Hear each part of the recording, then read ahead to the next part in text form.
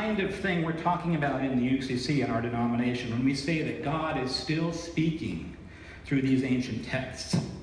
In every age, we're compelled to return to the Bible with fresh eyes and open ears and hearts to hear what the Spirit is saying in our time about what it means to be a faithful human being, a follower of Christ.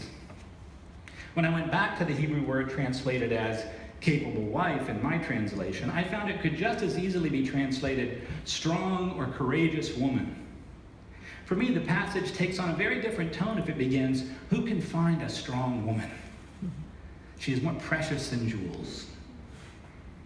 Suddenly, instead of highlighting all the places where the passage refers to a woman in domestic roles, you see a hidden figure of strength and skill and wisdom emerge. She does good and not harm all the days of her life. She considers a field and buys it.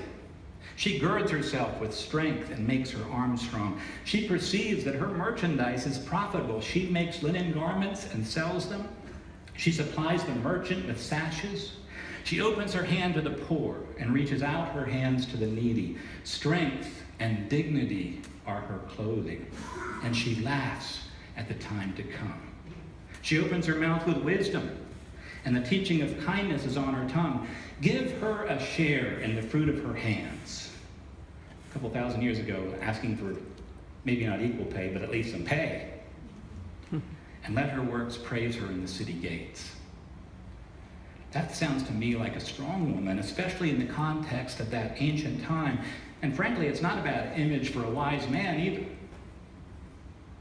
Now, just to be clear, I agree with James Newson.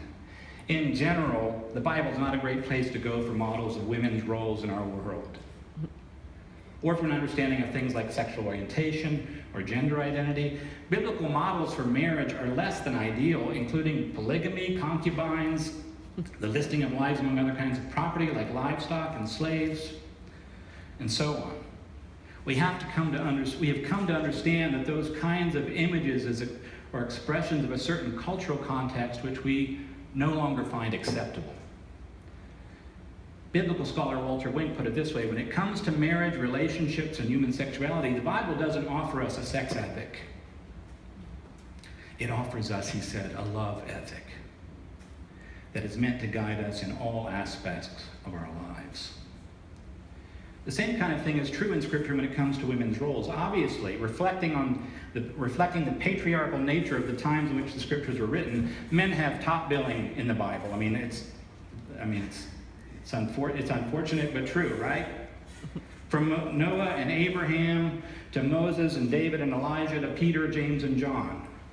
The men are the ones who are given most of the attention. Women are often left out of the stories. Even Mary, called by many the Mother of God, just has a Best Supporting Actress rather than top billing role in the Scriptures. But when you look a little deeper, there are also these hidden female figures throughout the Bible who, in their own way, by their very presence, subvert the patriarchal tendencies of Scripture. There would have been no Moses without the courage of the midwives Shiphrah and Puah. Walter Wink called their defiance of Pharaoh the first recorded act of civil disobedience in history. There would have been no Abraham without Sarah, no King David without the determination of his foreign-born grandmother, Ruth. No Jesus without the courage of Mary. No Jesus movement without the women who were said to follow him and support him financially. It's in the Gospels. It's a little thing you tend to miss.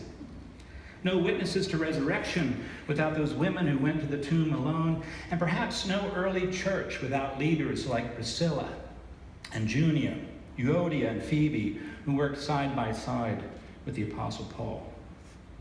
These hidden figures highlight a theme which comes to the surface in the good news preached by Jesus, where the oppressed are set free, the hurting are healed, and those who are last will become first.